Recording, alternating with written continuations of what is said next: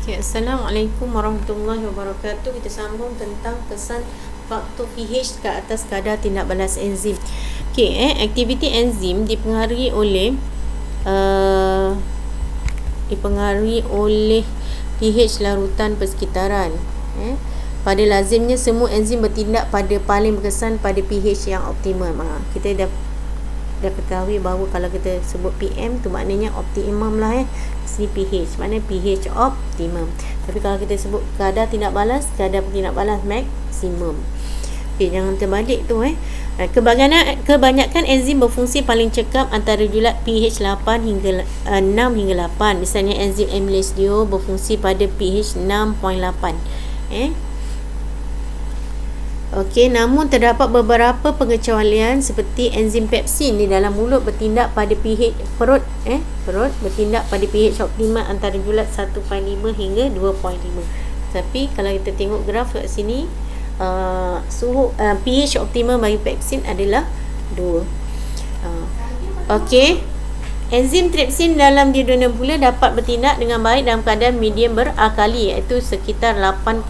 Kalau kita tengok kat sini, kita dapati 8.5 adalah pH optimum bagi pepsin. Kalau kita sebut pada pH 8 tindak balas enzim adalah maksima. Kalau kita sebut macam tu. Kemudian perubahan nilai pH mengubah cas ion hidrogen pada tapak aktif enzim dan permukaan substrat. Dia mengubah cas, iaitu ion hidrogen, tapak aktif enzim dan permukaan substrat. Ini menyebabkan kompleks enzim substrat tidak berubah. Apabila pH persekitaran kembali ke optimum, cas pada tapak aktif dipulihkan, enzim kembali berfungsi seperti normal. Ni molekul enzim yang normal, ni adalah molekul enzim yang ternyata asli. Ini yang boleh kembali pada normal adalah terpakai untuk nilai pH. Kalau suhu dia telah ternyata asli, dia tak boleh kembali normal.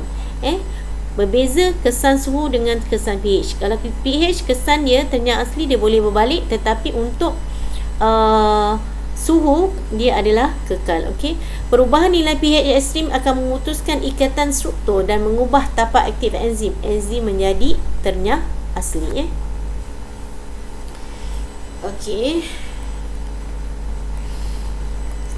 Seperti suhu juga, bahawa nilai pH juga boleh memutuskan ikatan kimia struktur pada tapak aktif enzim.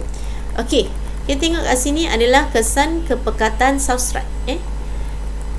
Kepekatan substrat, sekiranya kepekatan enzim ditetapkan, kita dah tetapkan enzimnya, tetapi kepekatan substrat ditambah, kadar tindak balas yang dikawal oleh enzim juga akan meningkat. Seterusnya produk yang terbentuk juga akan bertambah. Apabila kepekatan molekul substrat ditambah, peluang untuk pelanggaran berkesan antara molekul substrat dan molekul enzim juga meningkat. Kadar tindak balas terus meningkat sehingga mencapai tahap yang maksimum. Kadar tindak balas ini menjadi dia dah maksimum. Pada tahap maksimum, kepekatan enzim menjadi faktor penghad. Kadar tindak balas hanya dapat ditingkatkan dengan tambahkan kepekatan enzim. Pada masa ni kita tambah substrat pun tak guna lagi. Dia tak boleh meningkat kerana enzimnya dah penuh. Dah penuh dengan substrat. Maka kalau nak tingkatkan juga, kita tengah tingkatkan enzim. Jika kat kawasan sini, kawasan sini dia dah jadi malar tu kan. Kemudian selepas mencapai tahap maksimum, semua tapak aktif enzim tertepu dengan substrat dah penuh dan terlibat dengan tindak balas pemangkinan. Kita tengok yang ni.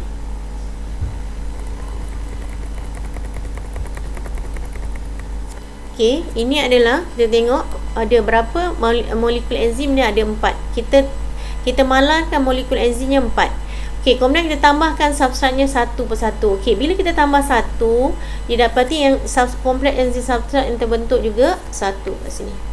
Bila kita tambah 2 molekul enzim substrat bila kita tambah 2 substrat, maka kompleks enzim substrat yang terbentuk juga 2. Seterusnya begitulah sampailah 4. Okey, selepas 4 kita tambah lagi substrat jadi 5.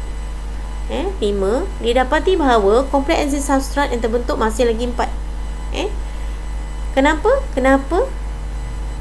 Kenapa dia masih 4? Kerana semua tapak aktif enzim telah dipenuhi dengan substrat. Begitu ya, kita tambah lagi 6.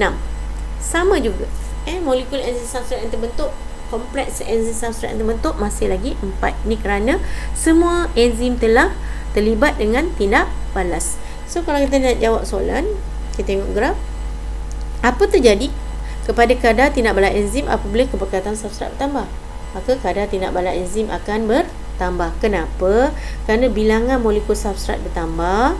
Bila banyak molekul substrat, macam kita duduk kat kawasan ramai-ramai, maka kita mudah nak melanggar antara satu sama lain. Maka peluang pelanggaran berkesan antara molekul substrat dan tapak aktif akan bertambah.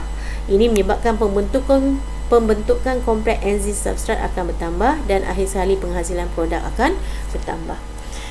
Okey, tetapi apa akan terjadi kepada kadar tindak balas enzim selepas mencapai maksima? Apabila kepekatan substrat bertambah, kita tambah lagi, kadar tindak balas enzim juga akan menjadi malar saja. Tak berubah. Kenapa? Kerana semua enzim telah terikat dengan molekul substrat, atau tapak aktif enzim telah penuh terikat dengan molekul substrat, maka kepekatan enzim menjadi faktor penghat dan pembentukan kompleks enzim substrat menjadi malar. Maka kalau kita nak naikkan dia graf dia ni, maka kita kena tambah molekul enzim, sebab yang kurang kat sini adalah molekul enzim. Okey, kemudian kita tengok pada kesan kepekatan enzim. Begitu juga grafnya sama juga seperti kesan kepekatan substrat. Jika tadi kita malarkan enzim, sekarang kita malarkan substrat. Sama juga apabila kepekatan enzim bertambah, kadar tindak balas enzim akan bertambah kerana lebih banyak tapak aktiviti banyak tapak aktif enzim yang tersedia untuk tindakan pemangkinan. Okey, sekiranya kita gandakan jumlah substrat yang ditukar pada per masa juga digandakan dengan syarat bekalan substrat adalah berlebihan. Okey, pada tahap maksimum, kepekatan substrat menjadi faktor penghat. Ketika ni enzim memang banyak, tapi substratnya dah habis. Semua substrat telah bertindak balas dengan molekul enzim. Substratnya dah habis. Maka cara nak naikkan dia ni, kita kena tambahkan ke substratnya. Okey. Kesan dia ni sama je macam kepekatan substrat. Kesan dia sama. Okey.